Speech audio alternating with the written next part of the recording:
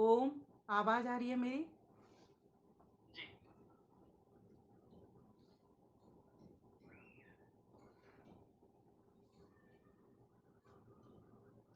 ओम।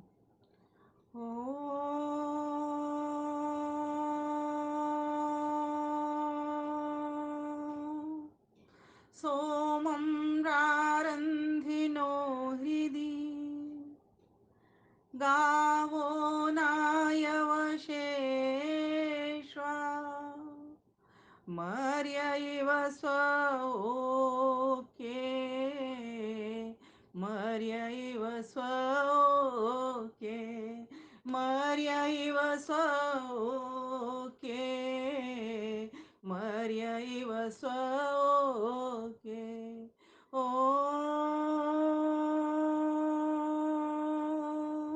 नमस्ते अस्तु आयते नमो अस्तु परायते नमस्ते प्राणतिष्ठत आसीनायोतते नमः आसीनायोतते नमः। फरीदाबाद से चल रहा बहुत ही दिव्य सभ्य और भव्य कार्यक्रम मनमोहक मधुर भजनों के माध्यम से, जिसमें ईश्वर भक्ति के बहुत ही सुंदर भजन सुनाए जा रहे थे। वास्तव में लग रहा था कि सुनते रहें इन भजनों को, और एक से एक बढ़िया गायक कलाकार। मैं तो जब से ये जूम चला है ना, तब से मैं तो अपने पुराने गायकों को सबको भूल गई हूँ। अब ये माताएं बहनें ही मुझे सारा दिन याद रहती हैं। आदरणीय संतोष धर जी हो गई, आदरणीय प्रेम सबरवाल जी हो गई, या अभी आदरणीय एक माता जी और आई थी, सुषमा यति जी आई थी। ये सब दिमाग में चलती रहती हैं। वो तो नाम भूल गई, कोई मुझे पूछे 3 नाम भी बता दे तो बस गिने चुने वो रटे, आशा भोसले और लता मंगेशकर, अनुराधा पौडवाल तो याद रहती हैं। इसके अलावा सब भूल गई, कविता कृष्णमूर्ति वगैरह। तो आज की जो मैं जूम ऑनलाइन की जितनी भी माताएं बहनें भाई यहाँ पर जुड़े हुए हैं, सभी को अधिक औपचारिकता में न पढ़ते हुए हार्दिक नमन वंदन अभिनंदन करती हूँ और अपने विषय की ओर आती हूँ।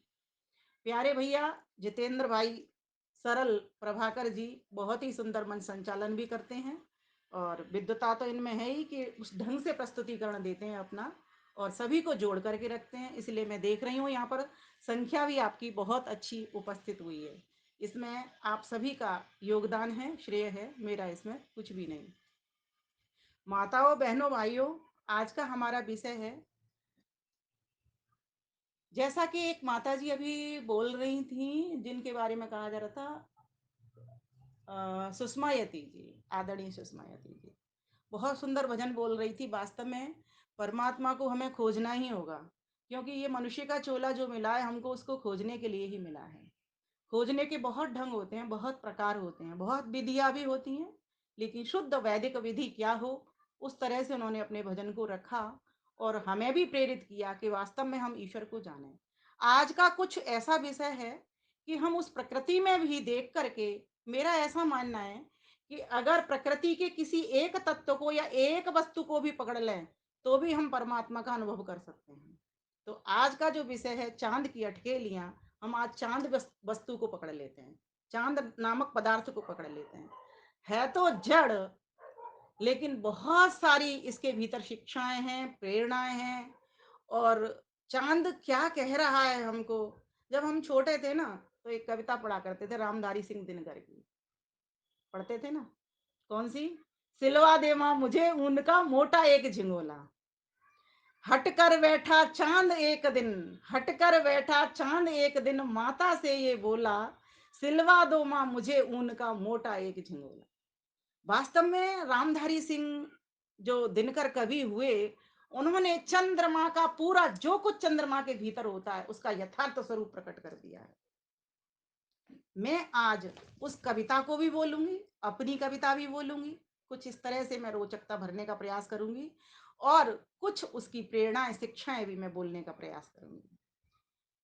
प्यारे भाइयों बहनों, जैसा कि हमने बचपन में चांद को बहुत देखा है, ज्यादा ही देखा है। कुछ कहते हैं जब हमारे घर में, जब हम बहुत सारे बहन भाई हुआ करते थे, पहला समय ऐसा था संयुक्त परिवार होते थे, तो जब भी कोई घर में बुआ या बहन आती थी तो उसका बच्चा रोता था तो बुआ और बहन तो हमारी काम में लग जाती है, माताजी से या दादी से बात करने लग जाती है, और उसका बच्चा रोता था तो घर के भीतर चुप नहीं होता था। तो उसको बाहर लाते थे आँगन में, और ला कर के किसको दिखाया करते थे? चाँद को दिखाते थे, और वो बच्चा फ़ौरन चुप हो जाता था, फ़ौरन चुप हो जाता था। उस चाँद के भीतर ऐसा है क्या? चाँद है क्या? देखिए, दिन का जो अभिमानी देवता है, सूर्य है, तो रात का जो सौम्य देवता है, वो चंद्रमा है। दोनों ही जड़ हैं, और दोनों ही ईश्वर की बनाई हुई खूबसूरत रचना है। अगर सूर्य ना हो तो दिन का प्रकाश ना हो, और चंद्रमा ना हो तो रात का प्रकाश ना हो। हाँ, आज साइंटिस्ट हमारे वैज्ञानिक हैं, वे लगे हुए हैं शोध करने में कि चंद्रमा पर गए भी हैं, कई बार जाना हुआ है। कुत्ता को भी लेकर के गया, नील आर्मस्ट्रांग तो सबसे पहले ही गए हुए थे, राकेश शर्मा भी गए। तो इस प्रकार से हमारे नासा और इसरो दोनों के ही वैज्ञानिक खोज में लगे हुए हैं कि आखिर चंद्रमा है क्या, या हवा है, या पानी है, या जीवन है, किस तरीके के वहां पर लोग रहते हैं। तो पता चला जब वहां पर उतरा उनका यान, तो उनको उन्होंने पता किया कि हवा तो वहां नहीं मिली। क्यों? क्योंकि हवा अगर वहां पर होती तो वो आपस में जो वार्ता करते हैं, वो वार्ता सुनाई देती है एक दूसरे को, और वार्ता कर पाते, वो वहां पर वार्ता नहीं कर पाते। और उन्होंने क्या खोज की? और उन्होंने खोज की कि पृथ्वी के ऊपर जो भार गुरुत्वाकर्षण शक्ति है, वो गुरुत्वाकर्षण शक्ति चंद्रमा के ऊपर 6 गुनी कम हो जाती है। तो वहां पर जब आदमी उतरता है तो उछलता है, जंप लगाता है वहां पर, क्योंकि उसमें उसकी शक्ति है जो उपग्रह की, क्योंकि चंद्रमा एक उपग्रह है। और किसका चक्कर लगा रहा है वो? पृथ्वी का चक्कर लगा रहा है। और पृथ्वी किसका चक्कर लगा रही है? सूर्य का चक्कर लगा रही है। पृथ्वी अपना एक चक्कर 365 दिन में पूरा करती है, लगभग लगभग 365 366, कुछ घंटों का अंतर आता है। वहीं चंद्रमा लगभग लगभग 29 दिन में अपना चक्कर पूरा करता है। और साथ साथ जिस प्रकार से पृथ्वी अपनी एक्सिस पर स्वयं भी घूमती है और सूर्य का भी चक्कर लगाती है, ठीक इसी प्रकार से चंद्रमा भी अपनी एक्सिस पर, अपनी धुरी पर स्वयं घूमता है, और हमारी पृथ्वी का भी चक्कर लगाता है। ये थोड़ा सा एक छोटा सा विज्ञान है, और इसको वेद ने भी बहुत अच्छे प्रकार से ढंग से कहा है कि किस प्रकार से, और ये सभी गोल हैं, लेकिन थोड़ी थोड़ी इनकी हल्की हल्की ओवल शेप सी है, जिससे ये जब घूम रहे होते हैं, तो जैसे पृथ्वी घूमती है, पृथ्वी के कारण क्या होता है, जब पृथ्वी चक्कर लगाती है तो क्या होता है? ऋतुओं का परिवर्तन होता है। और चंद्रमा जब चक्कर लगाता है तो क्या होता है? अमावस्या, पूर्णिमा, ये तिथियां। क्यों? ये तिथियां क्यों होती हैं? क्योंकि चंद्रमा हर दिन एक एक नक्षत्र को पार करता चला जाता है। जैसे 27 नक्षत्रों का वर्णन हमें सत्या प्रकाश के भीतर भी मिल जाता है। और हमारे जितने भी वर्ष के मास हैं, उनके नाम भी इन नक्षत्रों के ऊपर ही होते हैं, ये चंद्रमा के ही कारण है। जैसे चित्रा नक्षत्र से चैत्र मास हो गया, विशाखा नक्षत्र से वैशाख मास हो गया। कितना सरल है, ये याद करना भी कितना सरल है। ज्येष्ठा नक्षत्र से ज्येष्ठ ज्येष्ठ मास हो गया, है ना? ज्येष्ठ आषाढ़, है ना? इसी प्रकार से आषाढ़ हो गया, और इसी प्रकार से श्रावण, श्रावणी नक्षत्र हो गया, तो श्रावण मास नाम आ गया। ऐसे ही भाद्रपद है, तो वहां भद्रा, कहते हैं ना भद्रा लग गई। ये जो भद्रा लगती है वो अभद्रा नहीं होती, वो भद्रा ही रहती है, लेकिन लोग उसको अभद्रा कर लेते हैं। इस प्रकार से उसमें पाखंड भी मिला लेते हैं थोड़ा थोड़ा, फलित ज्योतिष की ओर चले जाते हैं। लेकिन हमारा जो अंक ज्योतिष है, अंक गणित है, वो सब वेद के भीतर से निकला है। इसका वर्णन हम ऋग्वेद आदि भाष्य भूमिका में और सत्यार्थ प्रकाश में अच्छे प्रकार से पढ़ सकते हैं। अब हम आगे चलते हैं। तो चंद्रमा के भीतर ऐसा क्या है कि एक छोटा सा बालक जो रो रहा है वो चुप हो जाता है, और चंद्रमा के भीतर ऐसा क्या है, जो कभी भी हैं वो भी खो जाते हैं। अच्छा, चंद्रमा के भीतर ऐसा क्या है कि स्त्रियों को भी उसकी उपमा मिल जाती है चंद्रमुखी के नाम से। कुछ तो है उसके भीतर जो इस प्रकार की उपमाएं मिलती हैं, और कवियों के काव्य बन जाया करते हैं। कुछ तो उसके भीतर बात है। हालांकि देखने को तो जब वो वैज्ञानिक उतरे, उनका यान उतरा, तो उन्होंने इस तरह से जैसे पृथ्वी पर मिट्टी है उसी तरीके से वहां पर उन्होंने मिट्टी पाई वहां पर। और यूट्यूब पे जब आप सर्च करोगे तो वहां आपको पता लगेगा, जैसे हमारे यहाँ तो ऊपर से बारिश होती दिखाई देती है, और वहां पर पता चल रहा है कि पानी भरा हुआ है, उसके भीतर से पानी के फव्वारे मिलते हैं। जबकि हम छोटे थे तो हमने इंग्लिश के एक चैप्टर में पढ़ा था कि नॉर एयर नाइदर वाटर, वहां पर ना हवा है ना पानी है। अब भगवान जाने, वैज्ञानिक जाने, खोज में सभी लगे हुए हैं, लेकिन परमात्मा का यहीं से अनुभव प्रारंभ कर दीजिए। उस प्रभु की रचना इतनी रहस्य भरी है। किसी ने पूछा, ईश्वर मिस्टर है या मिसेज है या मिस्ट्री है? तो उत्तर मिला, ईश्वर ना मिस्टर है ना मिसेज है, वो तो एक सचमुच एक मिस्ट्री है। बहुत वर्षों लग जाएँगे इसमें और लगते रहे हैं। खोजें पहले भी गई थी, हमारे ऋषि मुनियों ने भी बहुत खोजा, लेकिन जिसने समाधि लगा ली उसी ने हमको ये ज्ञान दिया और वेद के भीतर भी चंद्रमा, सूरज, पृथ्वी आदि का हमारे पास ज्ञान आया। तो रामधारी सिंह दिनकर क्या कहते हैं उसकी यथार्थता को बतलाते हुए, हटकर बैठा चांद एक दिन माता से ये बोला, सिलवा दो माँ मुझे उनका मोटा एक झिंगोला। क्यों कहता है चांद इस बात को? सोचिए, ये चांद की उक्ति है। सन सन चलती हवा रात भर जाड़े से मरता हूँ, ठिठुर ठिठुर कर किसी तरह यात्रा पूरी करता हूँ। आसमान का सफर ये मौसम, आसमान का सफर और ये मौसम है जाड़े का, ना हो अगर तो ला दो कुर्ता, कुर्ता कोई भाड़े का। माँ से कह रहा है, हे माँ, ये इतना मौसम जाड़े का हो रहा है, मुझे ठंड लग रही है, मैं सिकुड़ रहा हूँ, कुछ ऐसा काम करो। अब आप सोचिए, क्या पृथ्वी चंद्रमा एक ग्रह होने के नाते क्या उसको ठंड लगेगी? लेकिन कवियों की युक्ति, कवियों का दिमाग कहाँ पहुंचता है? जहां न पहुंचे कवि वहां पहुंचे रवि। वो क्या कह रहा है कि चंद्रमा ने ये युक्ति कही, और क्यों कही देखिए, अंत में जाकर के वो यथार्थ स्वरूप को प्रकट करेगा। उसके बाद मैं आगे बढ़ूंगी। तो क्या कहता है वो? रामधारी सिंह दिनकर लिखते हैं, बच्चे की सुन बात कहा माता ने, अरे सलोने कुशल करे भगवान लगे नहीं तुझको जादू टोने। और कोई जादू टोना भी नहीं होता, लेकिन अलंकारिक शैली है। जाड़े की तो बात ठीक है पर मैं तो डरती हूँ, एक नाप में कभी नहीं तुझको देखा करती हूँ। अभी चित्र दिखाए थे जितेंद्र भाई ने, आपने देखे होंगे, क्रीसेंट से बिल्कुल एक लकीर सी दिखाई देती है कभी चंद्रमा, और कभी एकदम पूरा गोल चांद हो जाता है। और कैसे बढ़ता है? क्रमशः बढ़ता है। अब यहीं से मैं प्रारंभ कर रही हूँ अपनी बात को, कि वो जो चंद्रमा है उसके भीतर जो 8 खेल होते हैं वो कौन-कौन से होते हैं? पहला खेल होगा उसका उगना। जब सूर्यास्त हो जाएगा तो चंद्रमा निकलना प्रारंभ होगा।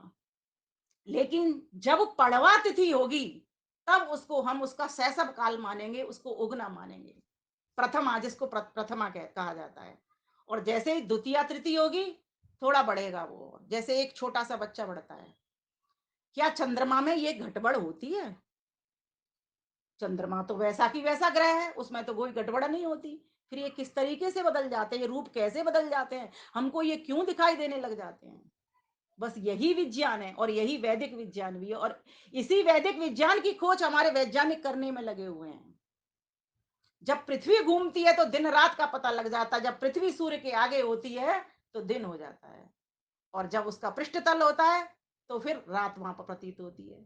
अभी हम रात्रि की ओर जा रहे हैं, अर्थात सूर्य से हम पृष्ठ तल पर हो गए हैं, पृथ्वी घूम रही है, इसीलिए हमें दिन रात का अनुभव हो रहा है। ठीक इसी प्रकार से चंद्रमा जब घूम रहा है तो हमें तिथियों का पता चल रहा होता है। तो चंद्रमा के ऊपर, चंद्रमा में अपना प्रकाश नहीं है, चंद्रमा सूरज के प्रकाश से चमकता है। इसीलिए आपको एक और मजेदार बात बताती हूँ, चंद्रमा को हम चांद भी कहते हैं, और चंद्रमा का चांद जो नाम है उसके आधार पर ही हम चंदा भी कहते हैं। जब किसी से कुछ मांगने जाते हैं तो कहते हैं चंदा ले आओ। मीनिंग क्या है उसका? अपना धन नहीं है, मांगा हुआ धन है। अब चंद्रमा के भीतर प्रकाश नहीं है, लेकिन चंद्रमा फिर भी चमक रहा है, और फिर भी औषधियों में रस भर रहा है। किसके कारण? अपने पिता के कारण। वेद क्या कहता है? अनुव्रतः पितुः पुत्रो। शिक्षा लीजिए इसमें से। चंद्रमा अपने पिता का अनुकरण कर रहा है, सूर्य पिता का अनुकरण कर रहा है। क्या अनुकरण कर रहा है? पिताजी ने कहा, जैसे कोई एक दुकानदार को ले लीजिए, मान लीजिए एक दुकानदार ने अपने पुत्र को कहा कि बेटा मैं सुबह से सामान दे रहा हूँ, थक गया हूँ, अब मैं घर पे आराम करने के लिए जा रहा हूँ, अब तू दे लेना। 4 घंटे मैंने काम किया, 4 घंटे तू काम कर लेना। ठीक इसी प्रकार से सूर्य पिता ने भी उसको कहा कि दिन भर तो मैंने काम किया, अब रात को तू काम कर लेना बेटा, मैं तुझे सौंप करके जा रहा हूँ गद्दी। तो बेटा तैयार हो गया, चंद्रमा तैयार हो गया और उस गद्दी को संभालने लगा। पूरी रात भर किसके प्रकाश में हम देखते हैं? हम चंद्रमा के प्रकाश में देखते हैं। जबकि ना तो चंद्रमा कहीं जा रहा और ना कहीं सूरज जा रहा और ना कहीं सूरज घट रहा, ना कहीं चंद्रमा घट रहा। हमारी डिस्टेंस बस आगे पीछे हो रही है। उसी के कारण हमको इतनी सारी शेप्स में इतने सारे तरह-तरह के चाँद दिखाई दे जाते हैं। और कभी नज़दीक दिखता है, कभी पास दिखता है। जब नज़दीक होता है तो पूरी तरीके से दिखता है, जब दूर चला जाता है तो धीरे-धीरे करके कम दिखता है। क्योंकि वो भी चक्कर लगा रहा है पृथ्वी का। तो जो घटना है, बढ़ना है, जो स्थितियाँ वो प्राप्त कर रहा है चंद्रमा, निराश नहीं होना। जीवन में सुख भी आएगा, दुख भी आएगा, धूप भी पड़ेगी, छाँव भी पड़ेगी। कभी तुम्हारे पास धन नहीं रहेगा, तुम छोटे होगे और कभी तुम बड़े भी कहलाओगे, तुम्हारे पास खूब धन होगा। कभी तुम्हारे पास ज्ञान कम था, तो आज तुम्हारे पास ज्ञान बढ़ा है। ज्ञान पाकर अभिमान मत करना और ज्ञान को कम देख करके आप परेशान मत होना। चंद्रमा की स्थितियाँ हर मास बदल जाती हैं। हर पूर्णिमा पे बड़ा होता है, तब भी वो परेशान नहीं हो रहा है, बस बढ़ रहा है। चरई वहती चल रहा है। सूर्य चंद्रमा साविवा दोनों चल रहे हैं। ऐसी इसी सूर्य चलता है, उसका पिता चलता है दिन भर, उसी प्रकार से रात भर चंद्रमा चल रहा है। लेकिन कोई निराशा नहीं है, कोई हताशा नहीं है, कोई उदासी नहीं है, चेहरे पर कोई रुआंसी नहीं है। हमारे जीवन में अगर थोड़ी-सी भी घटबढ़ आती है, बहुत उदास होते हैं, हताश होते हैं, निराश होते हैं, परेशान होते हैं, रोते हैं। आज चाँद से हम ये सीखें कि ये जो अटखेलियाँ करता है, ये इस तरह से करता है, क्या ईश्वर ने इसमें चीज़ डाली? किस तरह से इसको व्यवस्थित किया कि कोई ना गिरता है, ना कोई कँपता है, बस चल रहे हैं, अपनी-अपनी व्यवस्था में चल रहे हैं, अपनी-अपनी धुरी में चल रहे हैं। हम भी अपनी-अपनी धुरी पर चलना सीखें। मनुष्य की धुरी क्या है? मनुष्य की धुरी है कि मनुष्य बन कर के रह।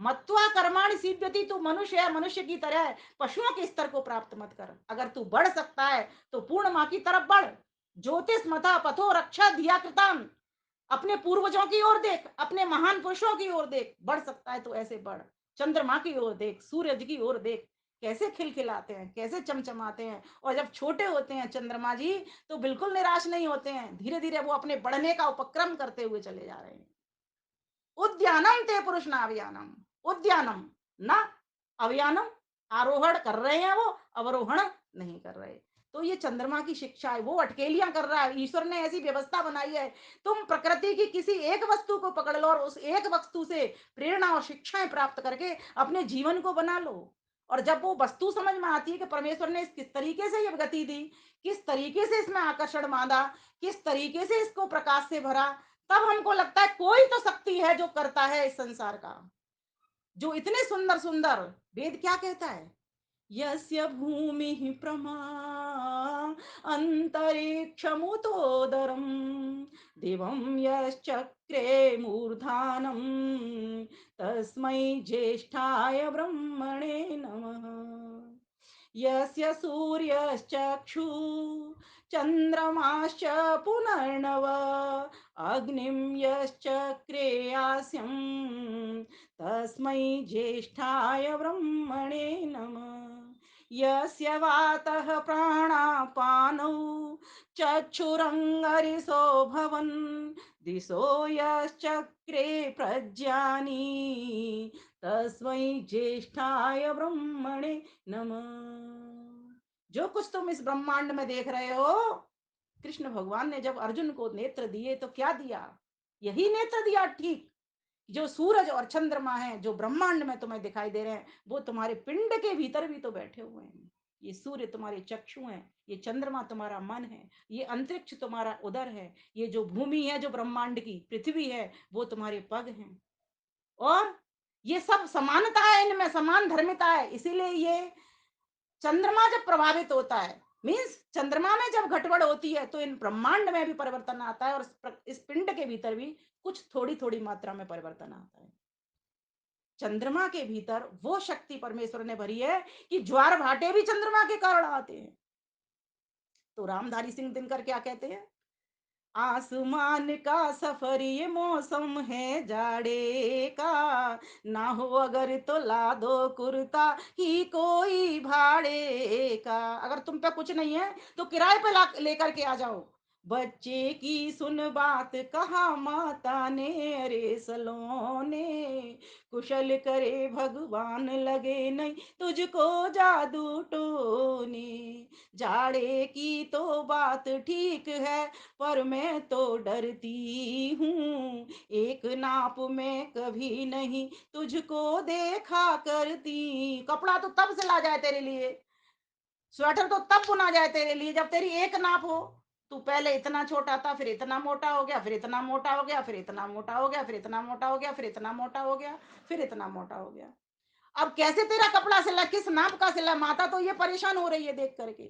इसीलिए देखो, अब तू ही घटता बढ़ता रोज किसी दिन ऐसा भी करता है, नहीं किसी की भी आंखों को तू दिखलाई पड़ता है। अमावस्या आ जाती है तो अमावस्या को तू दिखाई नहीं देता, तेरी स्थिति ये भी बन जाती है। फिर तू क्या करेगा पहन करके? और जब पूर्णिमा होती है तब तुझको बड़ा कुर्ता चाहिए, तो मैं कितने कुर्ते तुझे ला करके दूं? अब तू ही ये बता नाप तेरी किस रोज सिलाए, सीधे एक झंगोला जो हर रोज बदन में आए। ऐसा झंगोला सीधे माँ जो हर रोज मैं पहन लूं, पर सिल दे एक। माता तो बहुत परेशान होती है। हंस कर बोला चांद, अरे माता तू इतनी भोली, दुनिया वालों के समान क्या तेरी भी मत डोली। घटता बढ़ता कभी नहीं मैं, देखिए यथार्थ चित्रण, घटता बढ़ता कभी नहीं मैं वैसा ही रहता हूँ, केवल भ्रमवश दुनिया को घटता बढ़ता लगता हूँ। आधा हिस्सा सदा उजाला, आधा रहता काला, इस रहस्य को समझ न पाता भ्रमवश दुनिया वाला। और आप एक चीज और देखोगे, चंद्रमा को जब आप देखोगे तो कहते हैं उसका एक ही हिस्सा दिखाई देता है एक तरफ का, उसका दूसरी तरफ का हिस्सा नहीं दिखाई देता। कैसा ही ईश्वर है, घूम रहा है लेकिन हमारी निगाह में नहीं आ रहा। इस तरीके से उसका हमारा इस तरह का उसकी व्यवस्था है कि हम उसका पिछला हिस्सा पृष्ठ भाग नहीं देख पाते। फिर क्या कहा, आधा हिस्सा सदा उजाला, आधा रहता काला, इस रहस्य को समझ न पाता भ्रमवश दुनिया वाला। अपना उजला भाग धरा को क्रमशः दिखलाता हूँ, एकदम दूज तीज से बढ़ता पूनम तक जाता हूँ, फिर पूनम के बाद प्रकाशित हिस्सा घटता जाता, 15वां दिन आते आते पूर्व लुप्त हो जाता। इसीलिए कहा गया है, आपको पता होना चाहिए, पूनों के चांद के इतना अच्छा नहीं माना जाता जितना अच्छा 14वीं के चांद को माना जाता है। पता है आपको क्यों? क्योंकि 14वीं के चांद के बाद में पूर्णिमा होनी है, और पूनम के बाद में प्रतिपदा आनी है, घटोत्तरी होनी है। तो हमारा जो राष्ट्र है किसका उपासक है? जहां वृद्धि उसको दिखाई देती है। इसलिए किसी को उपमा जब दी जाती है, तो 14वीं का चांद हो या आफताब हो, जो भी हो खुदा की कसम लाजवाब हो, ये आप बोला करते हो। क्यों? इसीलिए दी जाती है कि वहां पर बढ़त के आसार दिख रहे हैं। और अगर पूर्णिमा बोल देंगे तो फिर वहां से घटोत्तरी प्रारंभ हो जाती है। फिर कहा, फिर पूनम के चलता रहता आसमान में नहीं दूसरा घर है, फिक्र नहीं जादू टोने की सर्दी का बस डर है, दे दे पूनम की ही साइज का कुर्ता सिलवा कर, आएगा हर रोज बदन में इसकी मत चिंता कर। मैं तो पहन लूंगा, थोड़ा ढीला पहन लूंगा, ये प्रेरणा है। आज अगर हमारी कोई फिटिंग की चीज नहीं आती, कितना क्रोध हमारे ऊपर उबलता है, लेकिन वो कितना सौम्य है। चंद्रमा का एक नाम सोम है। जद आह्लादे, सत्या प्रकाश में महर्षि दयानंद सरस्वती लिखते हैं, जो आनंद स्वरूप है और आनंद को प्रदान करता है, ऐसे उस परमपिता परमेश्वर का नाम चंद्रमा भी है। और ये चंद्रमा भी, चूंकि चंद्रमा उस परमेश्वर के नियंत्रण में है, उसने उसमें रस भरना है सूरज के थ्रू, तो उसमें भी उसने रस भर दिया है, जिसके कारण वो औषधियों वनस्पतियों को आप्लावित अपने रसों से करता है। फिर आगे कहा, अब तो सर्दी से भी ज्यादा एक समस्या भारी, जिसने मेरी इतने दिन की इज्जत सभी उतारी। कभी अपोलो मुझको रौंदा, लूनो कभी सताता, मेरी कंचन सी काया को मिट्टी का बतलाता। ये चंद्र ग्रहण पड़ जाता है जब, तो मैं कितना परेशान हो जाता हूँ। सोचो, मेरी तो सारी इज्जत चली मिट्टी में मिल जाती है, और मुझे मिट्टी का फिर मेरी उपमा कोई कैसे देगा। मेरी कोमल काया को कहते हैं रॉकेट वाले, कुछ ऊबड़ खाबड़ जमीन है, कुछ कुछ पहाड़ कुछ नाले। चंद्रमुखी सुन कौन करेगी गौरव निज सुषमा पर, खुश होगी कैसे नारी ऐसी भद्दी उपमा पर। कभी मुझे चंद्र ग्रहण लग जाता है तो कोई मुझे देखना भी पसंद नहीं करता, कहते हैं घर के भीतर दुबक जाओ। और किसी को फिर कैसे उपमा दी जा सकती है, किसी नारी की भी कैसे उपमा दी जा सकेगी। इसीलिए वो परेशान हो गया। कैसे परेशान हो गया, अंदर से परेशान नहीं है वो, लेकिन कभी हमें ये बतलाना चाह रहा है कि वो ये अपनी माँ को वचन बोल रहा है कि मुझे तो तू कपड़ा सिल दे। कौन पसंद करेगा गड्ढों को हेलो मोटो। और कौन नालों को, कौन पसंद करेगा ऐसे गड्ढों नालों को, किसकी नजर लगेगी अब चंदा से ही मुख वालों को। चंद्रयान भेजा अमेरिका ने, भेद और कुछ हर ने, रही सही जो पोल बची थी उसे उजागर करने। कहते हैं ना, जो गड्ढे और नाले वहां पर कहते हैं बहुत ऊबड़ खाबड़ गड्ढे हैं, जैसे हमारी पृथ्वी में भी गड्ढे हैं। जो एक पिंड है, जड़ पिंड है, और उसमें गड्ढे होने स्वाभाविक हैं। तो कह रहे हैं कि कोई कैसे मुझे चाहेगा बताइए। और अमेरिका वाले हैं, जितने भी वैज्ञानिक हैं, वो वहां पर अपने अपने यार भेजते हैं। एक सुहाना भ्रम दुनिया का क्या अब मिट जाएगा, नन्ना मुन्ना क्या चंदा की लोरी ही सुन पाएगा। अब तो तू ही बतला दे माँ कैसे लाज बचाएं, ओढ़ अंधेरे की चादर क्या सागर में छिप जाऊं, सागर में छिप जाऊं। तो रामधारी सिंह दिनकर ये बतलाना चाह रहे हैं कि देखिए, चंद्रमा क्या है, जलीय कारक कहा जाता है, इसकी सागर से उत्पत्ति। पृथ्वी का छोटा भाई, इसीलिए हम पृथ्वी को माँ कहते हैं, और इसको हम मामा कहते हैं, इसीलिए हम चंदा को मामा कहते हैं। अब आइए हम चलते हैं कि इससे क्या क्या चीज लें, क्या क्या धारण करें। चंद्रमा की हमने वस्तु स्थिति जानी, ये कैसा है, ये जड़ पदार्थ है और हमारी पृथ्वी का चक्कर लगा रहा है। और ये जो उपमा उन्होंने दी, इसीलिए इसी बात को बताने के लिए दी कि हम चंद्रमा की हकीकत जान सकें, कि चंद्रमा का जो स्वरूप है वो है तो अच्छे प्रकार से, अगर आप समझोगे ज्ञान की दृष्टि तब तो उसमें बदलाव नहीं है, परिवर्तन नहीं मीन्स। लेकिन जब अगर आप उसको इस तरह से देखोगे, आपको जो दिखाई पड़ रही हैं चीजें उस तरीके से आप अलग अलग छवि देखते हो, तो उसमें परिवर्तन दिखाई देता है। और एक और बात अभी साइंटिस्ट जो खोज करके लाए हैं कि चंद्रमा प्रति वर्ष थोड़ा थोड़ा खिसक रहा है, आगे को जा रहा है। गति तो कर रहा है उसी तरीके से, व्यवस्था में तो है, सूर्य के कंट्रोल में, पृथ्वी के कंट्रोल में, लेकिन थोड़ा थोड़ा सा आगे आगे खिसकता चला जा रहा है।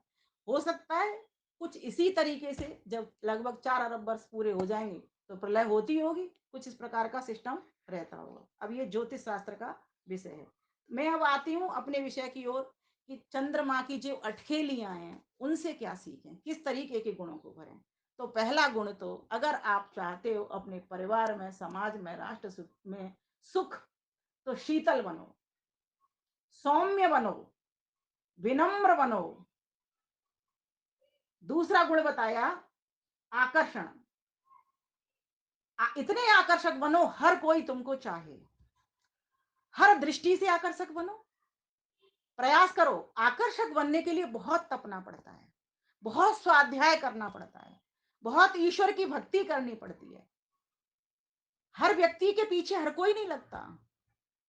लोहा चुंबक के पास आता ही तभी है जब चुंबक में एक आकर्षण है। पृथ्वी पर सेब गिरता ही इसीलिए है कि पृथ्वी में आकर्षण है। चंद्रमा पर व्यक्ति उतरते हुए भी नहीं उतर रहा है, पग नहीं रख पा रहा है, उछल रहा है, और वजन वहां पर जाकर के हमारा 6 गुना कम हो जाता है। अगर हम पृथ्वी पर 60 किलो है तो वहां पर 10 किलो का वजन हमारा रह जाएगा। तो सोचिए, और दूसरी बात कही रसोत्पादक, औषधियों वनस्पतियों में रस भरने वाला है, पोषण देने वाला है, क्योंकि मैंने आपको बताया कि चंद्रमा जलीय कारक है। रस की मीन्स पोषण देने वाला है। एक तरह से कहा जाए उसको एक वैद्य है हमारे लिए। इसीलिए आपने देखा होगा शरद पूर्णिमा के दिन खीर बना करके खाई। और बहुत से लोगों को तो मैं देखती हूँ चंद्रमा की रात में पूरे वस्त्रों को उतार करके बैठ जाते हैं और चंद्रमा की चांदनी के साथ खेलते हैं। एक फिल्म में गीत आता था ना, नायक नायिका भी इस तरीके का वर्णन आते हैं। दम भर जो धर्मू फेरे ओ चंदा,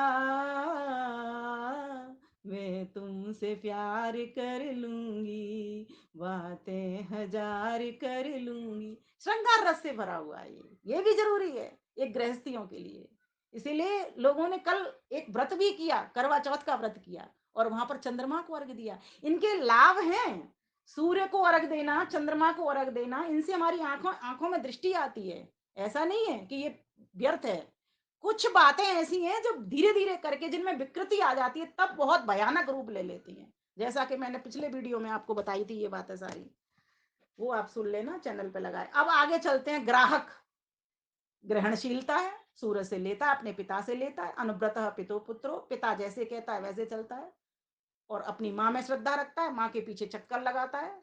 जैसे एक पुत्र अपनी माँ के आगे पीछे साड़ी पकड़ के घूमता है, उसी प्रकार से चंद्रमा अपनी माँ के आगे पीछे चलता है, उसकी साड़ी को पकड़ के घूम रहा होता है। साड़ी तो पकड़ना है जब उससे एक चाल में चल रहा है, ऐसे ऐसे जैसे पृथ्वी भी घूमती है ऐसे चंद्रमा भी घूमता है। पृथ्वी भी अपना चक्कर लगाते हुए सूर्य का चक्कर लगाती है, चंद्रमा भी अपना चक्कर लगाते हुए। तो इस प्रकार से वो भी। आगे चलते हैं। पर प्रकाशित, ये मैंने आपको पहले बता दिया था, सूर्य से प्रकाशित होता है, उसमें अपना प्रकाश नहीं है, पिंड है एक अंधकार का पिंड। अच्छा, पृथ्वी भी ऐसी ही है। सूरज ना हो तो पृथ्वी में प्रकाश ना हो, और दूसरी बात प्रकाश क्या, पृथ्वी ही ना हो और ये चंद्रमा ही ना हो। सूर्य तो सबसे बड़ा ग्रह है। फिर आगे चलते हैं। आरोह अवरोह, इससे भी हम सीखें। कितने जीवन में हमारे में सुख दुख हानि लाभ मान अपमान होते हैं, इनसे सीखें कि देखो ये तो दुनिया में हर किसी के पास आए हैं, और जो बड़े बड़े महान पुरुष होते हैं उनके पास तो और अधिक आते हैं, और आते ही नहीं, वो तो औरों के ले लेते हैं। तो हम इस बात को सोचे, हमें गड़बड़ से परेशान नहीं होना, आरोह अवरोह से परेशान नहीं होना। ये संसार की जितनी भी वस्तुएं ये सब नश्वर हैं, आज हैं कल नहीं रहेंगी, और आज नहीं है तो कल हो सकता है आ जाएंगी। क्यों? सब दिन समान किसी के रहे नहीं है और न रहते। ये बोध करिए इससे, प्रकृति से, ऐसी ऐसी वस्तुओं से, जैसे आज चंद्रमा की बात हो रही, चंद्रमा से ये बोध करिए, आपको ईश्वर अनुभूत होगा। क्योंकि ईश्वर ने जो कारीगरी चंद्रमा के भीतर डाली है या जिन पदार्थों के भीतर डाली है वो अलग विषय चला जाएगा। वो इस तरह की डाली है कि हम उससे प्रेरणा भी लें और उसका सेवन भी करें। हमको अपने शरीर का भी विज्ञान पता हो कि चंद्रमा से हम कैसे कनेक्ट होते हैं। हमारा मन चंद्रमा के तुल्य है। चंद्रमा मनसो जाता, चक्षु सूर्य जायत, श्रोत्रात वायुश्च प्राणश्च, मुखाद अग्निर्जायत। ये यजुर्वेद के 31वें अध्याय का 12वां मंत्र है। आप वहां देख सकते हैं। परमेश्वर ने ज्ञान रूप सामर्थ्य से चंद्रमा के तुल्य मन को बनाया। चंद्रमा में भी घटबड़ हो रही है, आरोह अवरोह हो रहा है। ठीक इसी प्रकार से हमारे मन के द्वारा भी हमको सुख दुख की अनुभूति होती है, मान अपमान की अनुभूति होती है। अगर मन नहीं होता, बुद्धि नहीं होती तो आत्मा कुछ करता, वो तो बेहोश बना रहता। ये तो मन बुद्धि के कारण तो वो कुछ करता है, ये इंद्रियां एक्टिव होती हैं, संपर्क बनता है विषय वस्तु से, सभी विषयों से संबंध तभी बनता है। तो आत्मा का मन से कनेक्ट हो जाता है और मन इंद्रियों से कनेक्ट हो जाता है और इंद्रियां विषयों से कनेक्ट हो जाती हैं। इस प्रकार से व्यक्ति स्वरूप का दर्शन कर लेता है, जो प्राकृतिक है, जो बाह्य है। तो यहाँ पर ये जो बात बताई जा रही है वो ये है कि आरोह अवरोह, कोई भी घटबड़ हानि लाभ मान अपमान कुछ भी हो, हमको परेशान नहीं होना। आगे देखिए। आह्लाद, मैंने आपको बताया चदी आह्लादे, आनंददायक है, आनंद भरने वाला है। क्या हम किसी को आनंद दे रहे हैं? विचार करें थोड़ा सा। चंद्रमा तो जड़ होते हुए भी, देखिए प्रकृति परार्थ के लिए बनी है, मजेदार बात है, जड़ होते हुए भी। और मनुष्य का आत्मा चेतन है, और इस मनुष्य जड़ शरीर में भी आया है वो, लेकिन इस शरीर में आकर के वो चेतन आत्मा मन और बुद्धि की सहायता से किसी को आनंद पहुंचाना नहीं चाहता, स्वयं ही आनंद चाहता है। जैसे सपोज करिए कल हमने 20 कौन मंगाए मेहंदी के, ठीक है। अब 20 कौन, एक व्यक्ति ने 20 कौन मंगाए, चलिए मैं अपनी बात छोड़ती हूँ, और एक व्यक्ति ने सिर्फ एक कौन मंगाया अपने लिए, और एक व्यक्ति जिसने एक कोन मंगाया, वो 200 रुपए दे करके बाजार में मेहंदी लगवा करके आ गया। और एक व्यक्ति जिसने 20 कोन मंगाए, उसने अपने अड़ोस पड़ोस में दे दिए, अपनी सेविकाओं को दे दिए, काम वालों को दे दिए और स्वयं अपने हाथ में मेहंदी लगा दी। आपको मैं हाथ दिखाऊंगी, आप कहोगे ये कोई मेहंदी होती है क्या? चारों वेद, ऋग्वेद, यजुर्वेद, सामवेद, अथर्ववेद, जितेंद्र भाई, बहुत लोग मेरे ऊपर हंसेंगे, ये कोई मेहंदी होती है क्या? यही मेहंदी होती है। इसी मेहंदी से हमको रचना है, भरना है, सजना है, संवरना है, तभी मनुष्य का जीवन सफल होगा। और ये देखिए, ये मेरे पतिदेव ने लगाई है। ओम, जैसा उनका हाथ चला वैसे टेढ़ा मेढ़ा किया, मुझे क्या फर्क पड़ता है, लेकिन प्रेम मुझे कितना मिला। पति मेरे हाथ में मेहंदी लगा रहा है, जिस व्यक्ति को पानी पीने का वक्त नहीं है वो मेरे हाथ में मेहंदी लगा रहा है, कितना प्रेम बढ़ता है, सोचिए। तो बहुत सारे ऐसे काम होते हैं जिनके करिए आप, जो पाखंड है उनको छोड़िए, अच्छाइयों को ग्रहण करिए। तो चंद्रमा ये भी दिखा रहा है कि मैं आनंद दे रहा हूं, तुम भी आनंद भरना सीखिए। मैं रस भर रहा हूं, किसी के जीवन में तुमने रस भरा या नीरस किया उसका जीवन? क्या तुम किसी व्यक्ति के पास किसी को देखने गए, अपने दुखड़े रोए तुमने या उसके दुखड़े पोंछे? विचार कीजिए। ये चंद्रमा बता रहा है। मुस्काइए जरा, आप सभी मुस्काइए मेरी तरह, आपका चेहरा चंद्रमा जैसा हो जाएगा। आपने देखा है, मुस्काते हुए व्यक्ति का चेहरा चंद्रमा जैसा हो जाता है। लंबे चेहरे वाला भी व्यक्ति अगर मुस्काता है ना, तो उसका चेहरा गोल हो जाता है। कुछ तो है बात, और आकर्षक हो जाता है। हंसता हुआ व्यक्ति हर किसी को अच्छा लगता है, हंसता हुआ बालक सभी को अच्छा लगता है, रोता हुआ किसी को कोई अच्छा नहीं लगता। तो चंद्रमा से सीखिए। आगे चलते हैं। स्वयं के पास अपना प्रकाश नहीं, फिर भी वो प्रसन्न रहता है। मजेदार बात, मुस्कुराता रहता है। आज कोई व्यक्ति ऐसा है जिसके पास धन नहीं हो और वो मुस्कुरा रहा हो? बताइए, कोई भी व्यक्ति ऐसा मुझे दिखा दो जो मुस्कुरा रहा हो, जिस पर धन नहीं हो। हाँ, अगर देख सकते हो तो आप उस गरीब को देखिए जो फुटपाथ के ऊपर चैन की निद्रा में सोया हुआ है, मुस्कुरा रहा है वो। तो ऐसी शिक्षा हमको लेनी है। हमारे पास कभी कोई चीज होगी, कभी कोई चीज नहीं होगी। नहीं है तो परेशान नहीं होना, घबराना नहीं, मुस्कुराना है। और आगे चलते हैं हम। टेंशन दूर करना, ये बहुत बड़ा गुण है चंदा का।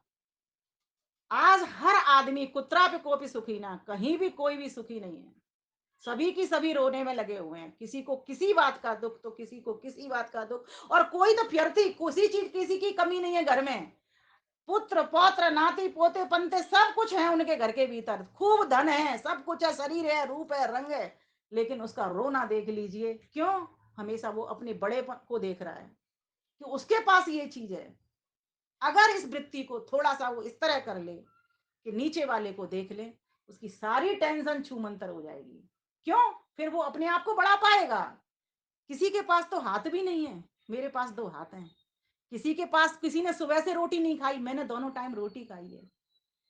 तो ये जो चंद्रमा है, इसने कितनी बातें बताई। 8 खेल कौन से थे? एक उगना, उग रहे हैं, उग रहा है। हम भी उगते सूरज बने, जिससे हमको भी कोई प्रणाम करे। उगते सूरज को सब कोई प्रणाम करता है। हम भी इस तरीके से अपनी आभा बिखेरें, लाल लाल होकर के। और एक और बात, सूरज जब आता है तब भी लाल होता है और जाता है तब भी लाल होता है। हम भी इस दुनिया के भीतर आए हैं, तब भी मुस्काएं। आने के बाद, आता है बच्चा रोता है क्योंकि कैद से छूटता है, लेकिन आने के बाद ही, कुछ दिनों के बाद, अगर उसको संस्कार विचार सुंदर मिलते हैं, उत्तम माता पिता के घर जन्म मिलता है, तो वो मुस्कुराता है, ज्ञान प्राप्त करता है, जल्दी जल्दी जल्दी ज्ञान प्राप्त करता जाता है। और फिर इस संसार को भी वो छोड़ता है तो बड़े आराम से छोड़ जाता है, जैसे खरबूजा अपनी डाल से पक करके, छूट करके और सुगंधित होकर के छोड़ जाता है। तो चंद्रमा ने हमको क्या सिखाया कि उगो, जब तुम्हारा जन्म हुआ तब तुम रोए, लेकिन अब जन्म होने के बाद थोड़े दिन रो लिए, कोई बात नहीं, लेकिन अब हंसना प्रारंभ कर दो। चंद्रमा को कोई निराशा नहीं है, हताशा नहीं है, छोटा है, शांत है, और बढ़ेगा, शांत रहेगा, कोई अभिमान नहीं है। और जब बढ़ जाएगा तो भी अभिमान नहीं है। छोटा है, परेशान नहीं है, बड़ा है, अभिमान नहीं है। सम स्थिति में रहने का लक्षण जो होता है वो योगी का होता है। भगवान राम को देखो, वनवास को जा रहे हैं, कोई दुख नहीं है। राजगद्दी मिल रही है तो कोई दुख नहीं है, राजगद्दी छिन रही है तो कोई दुख नहीं है, राजगद्दी मिल रही है तो कोई दुख सुख नहीं है। एक स्थिति में रह रहे हैं। कृष्ण को देख लो, जन्म जेल में हुआ है और अंत तक देखते चले जाओ। कितने दुख तो उनके अपने पास आए और कितने उन्होंने जनता के मोल ले लिए, तब भी वो एक स्थिति में बने रहे। इसीलिए मन के द्वारा एक स्थिति में आए, शारीरिक परिवर्तन होंगे, जैसे चंद्रमा में परिवर्तन हो रहे हैं, घटबड़ हो रही है, ठीक इसी प्रकार से मैं जब छोटा था तब अलग रूप था, बड़ा हुआ, छोटापन मर गया। देखिए हम अपने इस शरीर के भीतर हर 7 साल में मर जाते हैं। रो लो, आप कितना रोओगे बताओ।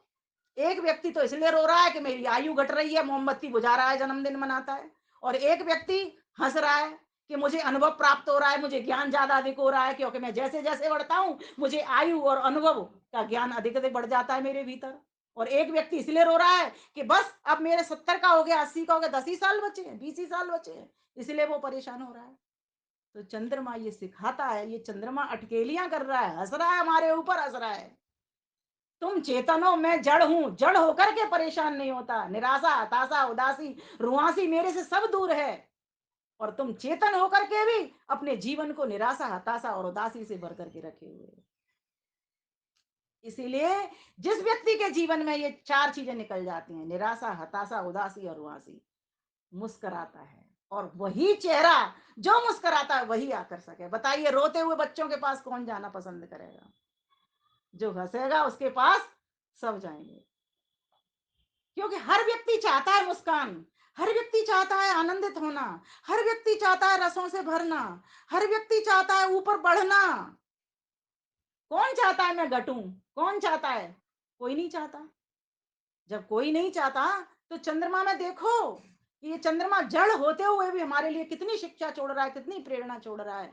इसीलिए आइए, मेरे गीत की पंक्तियों के साथ, क्योंकि समय की घड़ी मैंने सामने लगा रखी है, देखती रहती हूँ, वाल जितेंद्र भाई मुझे रोक देंगे अन्यथा। चंदा मामा रूप तुम्हारा प्यारा प्यारा, चंदा मामा रूप तुम्हारा प्यारा प्यारा। एक क्षण के लिए चंदा हो जाओ आप, छोड़ दो सारी दुनिया को, अभिमान को छोड़ दो, बिल्कुल सोम हो जाओ, विनम्र हो जाओ। सोम के दो अर्थ होते हैं, सोम माने अमृत है, तो सोम माने सौम्यता भी है, विनम्रता भी है। इसलिए हम मनुष्यों का कर्तव्य है उस सोम औषधि का तो पान करें, एलोवेरा आदि का, शरीर के स्वास्थ्य के लिए, लेकिन मन से भी तो हम विनम्र होना सीखें। हमारा न ज्ञान है न धन है, हम जब कुछ लेकर के नहीं आए और कुछ लेकर के नहीं जाएंगे तो किस बात का हमको अभिमान है? छोटे भी थे, बड़े भी थे, छोटे भी होंगे, बड़े भी होंगे, ये चलता रहेगा दुनिया का, सुख दुख हानि लाभ ये सब चलेगा। चंदा मामा क्या कहता? चंदा मामा रूप तुम्हारा प्यारा प्यारा, श्वेत रंग का पहन के कुर्ता, आलोकित करते जग सारा। हो जाते हो कभी बड़े तुम, हो जाते हो छोटे भी। हर 15वें दिन पूर्णिमा, हर 15वें दिन अमावस्या, कृष्ण पक्ष में अमावस्या, शुक्ल पक्ष में पूर्णिमा। इस प्रकार से कभी कालापन आ जाता है, कभी इतना घनघोर अंधेरा हो जाएगा, अमावस्या होगी, समुद्र में कोई लहर नहीं उठती, इसलिए जलीय कारक उसको कहते हैं, चंद्रमा को। समुद्र में एक भी लहर नहीं उठेगी जब अमावस्या होगी। तरंगे कब उठती हैं, ज्वार भाटे कब आते हैं? जब पूर्णिमा का चांद होता है, जब एकदम बहुत तेजी के साथ अपनी रोशनी बिखेरता है। तो कहा, हो जाते हो कभी बड़े तुम, हो जाते हो छोटे भी, कभी दिखाई देते पतले, हो जाते हो मोटे भी, मगर न टेंशन तुम लेते हो, रंग दिखाते न्यारा न्यारा, चंदा मामा चंदा मामा रूप तुम्हारा प्यारा प्यारा, क्रोध न पास फटकने पाता, जग शीतलता तुमसे पाता। परिवारों के झगड़े बंद हो जाएंगे अगर इस चंद्रमा के गुण को धारण कर लेंगे। इसीलिए किसी ने प्रश्न किया था कि स्त्रियां इन व्रतों को क्यों करती हैं? क्योंकि स्त्री घर की निर्मात्री होती है, ग्रह की निर्मात्री होती है, ग्रह के निर्माण में बहुत अधिक आवश्यकता पड़ती है शीतलता की, इस ठंडक की। गर्म दिमाग से कोई निर्णय ढंग से नहीं लिए जा सकते, ठंडे दिमाग से, शीतल दिमाग से ही स्थिरता आती है। देखो, जब इस स्थिरता का कैसे पता लगता है, शीतल दिमाग से आती है। जब कोई आदमी मर जाए, उसमें से आत्मा प्राण निकल गए, सूक्ष्म शरीर निकल गया, स्थूल शरीर पड़ा है, वो स्थिर पड़ा रहता है। क्यों? ठंडा है। और जहाँ गर्मी है, वहाँ चलता है वो। तो जब व्यक्ति मन को स्थिर करे, तो मन को शीतल कर ले। क्रोध जब होता है, गर्मी जब बढ़ती है उसकी, बहुत उल्टे सीधे विचार आते हैं और झगड़ा करता है वो। तो नारी का जो धर्म है, वो चंद्रमा को अर्घ देती है। क्यों देती है? वो इसलिए ही देती है कि उसके भीतर ये गुण आ जाए शीतलता के। क्रोध न पास फटकने पाता, जग शीतलता तुमसे पाता। औषधियों को रस में करते, अमृत धारा नित बरसाता। मनोकामना पूरी करते, सुहागिनों का समझ इशारा। चंदा मामा, चंदा मामा, रूप तुम्हारा प्यारा प्यारा। ये अलंकारिक शैली में कविता चल रही है, कोई यहाँ पर बैठे हो तो ये मत समझना। इतनी घटवड़ तुम में होती, पर न कभी तुम घबराते हो। हम सबके शिक्षक बन करके पथ पर नित बढ़ते जाते हो। विमल धवल शीतल हो करके दूर भगाते हो अंधियारा। चंदा मामा, चंदा मामा, रूप तुम्हारा प्यारा प्यारा। काला गोरा, गोरा काला, जग ने देखा भाला है। कभी पूर्णिमा, कभी अमावस, खेल ये अजब निराला है। कृष्ण पक्ष और शुक्ल पक्ष को देख काम करता जग सारा। चंदा मामा, चंदा मामा, रूप तुम्हारा प्यारा प्यारा। मांग रहा है कृष्ण कन्हैया, दे दो मुझको चंदा मैया। ताता थैया, ताता थैया, नाच रहा शिशु तेरी छैया। कवियों का तू काव्य बनाए, जगमग तुमसे है जग सारा। चंदा मामा, चंदा मामा, रूप तुम्हारा प्यारा प्यारा। श्वेत रंग का पहन के कुर्ता, आलोकित करते जग सारा। आलोकित करते जग सारा। तो न घबराना, न पछताना, न डगमगाना, न परेशान होना। क्या करना? जगमगाना। स्वयं जगमग करना, सारे संसार को जगमग करना। यथाशक्ति जिस चीज की आपके पास बस अधिकता है, उसी वस्तु को आगे आगे फैला दो। और अगर त्याग वृत्ति आपके भीतर है, तो बहुत बढ़िया होगा। आप जो कुछ आपके पास है, उसमें से भी त्याग करते चले जाओ, थोड़ा थोड़ा देते चले जाओ।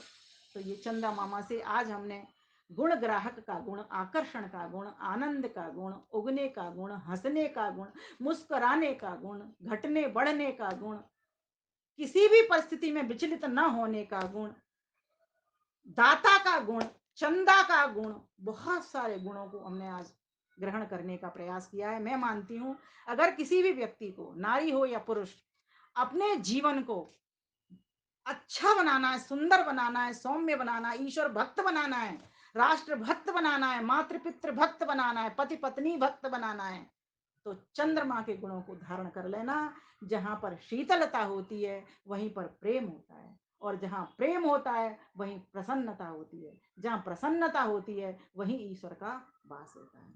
इसीलिए समस्त प्रकृति के पदार्थों को देखो, उस ईश्वर की सत्ता का अनुभव करो, उस कर्ता का अनुभव करो, जिसने ये सारे जड़ जगत को हमारे लिए बनाया, हम जीवों के लिए बनाया, हम मनुष्यों के लिए, पशुओं के, पक्षियों के लिए बनाया। लेकिन मनुष्यों के पास वो ताकत है, जिसके कारण इस प्रकृति को देख करके उस परमेश्वर तक वो पहुंच सकता है। इसीलिए हम समय समय पर जितेंद्र भाई प्रयास करते रहते हैं कि हमारे बीच में कुछ इस प्रकार के प्रसंग आए, विषय आए, उन विषयों के माध्यम से उस ईश्वर की हम अनुभूति कर पाएँ, तो मेरा ऐसा मानना है कि अगर एक-एक वस्तु का ज्ञान अगर हमने किया, क्योंकि ध्यान देना ज्ञान में आनंद है, प्रकाश में आनंद है और मैं इसको एक और दूसरे ढंग से कहती हूँ, अज्ञान में ठोकर है और प्रकाश में ठाकुर है। मीन्स जहाँ अंधेरा है वहीं ठोकर लगेगी आपको और जहाँ पर प्रकाश होगा वहाँ पर काय की ठोकर है, वहाँ तो ठाकुर हैं मिले हुए हैं। बस इसी प्रकाश की अविद्या से विद्या की ओर जाना है। इसीलिए इस अविद्या को भी समझो और विद्या को भी जानो। यस्तद वेदो वयम सम, दोनों को समझ लो। क्यों? क्योंकि जो अविद्या, जो ज्ञान के कर्म सहचरी है, वो तो आपको इस भव से पार तार देगी और जो विद्या है, वो परम पिता परमेश्वर के आनंद को प्राप्त करा देगी। ये हमें यजुर्वेद का 40वां अध्याय बताता है। विद्या विद्या दोनों को जाने और परमेश्वर का जो सोम स्वरूप है, उसको जाने और परमेश्वर ने अपने सोम को जिस वस्तु को दिया, जिस जड़ वस्तु को दिया, उस चंद्रमा के गुण धर्म विशेषता को जाने, उसके यथार्थ स्वरूप को जाने। तो मेरा ऐसा निश्चित मानना है कि हम उस परमेश्वर तक पहुंच सकते हैं, लेकिन पहुंचेंगे तभी जब उस संसार की प्रकृति की एक एक वस्तु का हमको परिज्ञान होगा और स्वयं का भी होगा, ईश्वर का भी होगा। लेकिन देखते चले इस संसार है, हमें देखने के लिए तो परमेश्वर ने आके दी है, इसलिए इसे देखो, समझो, चिंतन करो, मनन करो, श्रवण करो, इसको खूब पढ़ो जितना पढ़ सकते हो आप। श्रवण करो, मनन करो, फिर उसको पक्का करो, ज्ञान को निधिध्यासन करो, फिर साक्षात्कार करो। स्थूल भूतों में भी समाधि लगानी आनी चाहिए। व्यक्ति पहले स्थूल भूतों में ही समाधि लगाता है, जब उसका मन यहाँ पर एकाग्र होता है, यहाँ पर निरुद्ध होता है, तब जाकर के वो ईश्वर में या आत्मा में निरुद्ध होता है, निरुद्ध अवस्था को प्राप्त करता है। इसलिए इन वस्तुओं को भी जानो, पदार्थों को जानो कि ये पदार्थ किस लिए तो बनाए, क्या ये कर रहे हैं, क्या इनका सेवन हमें किस तरह से करना है, कितना हमको इसका लाभ मिलता है, किस तरह से हमको इनका लाभ मिलना है। इस प्रकार से प्रकृति को भी जानो, परमेश्वर को भी जानो, तो जाकर के मेरा ऐसा मानना है कि हमारा कल्याण निश्चित है। आप सभी का बहुत बहुत धन्यवाद। धन्यवाद। नमस्ते।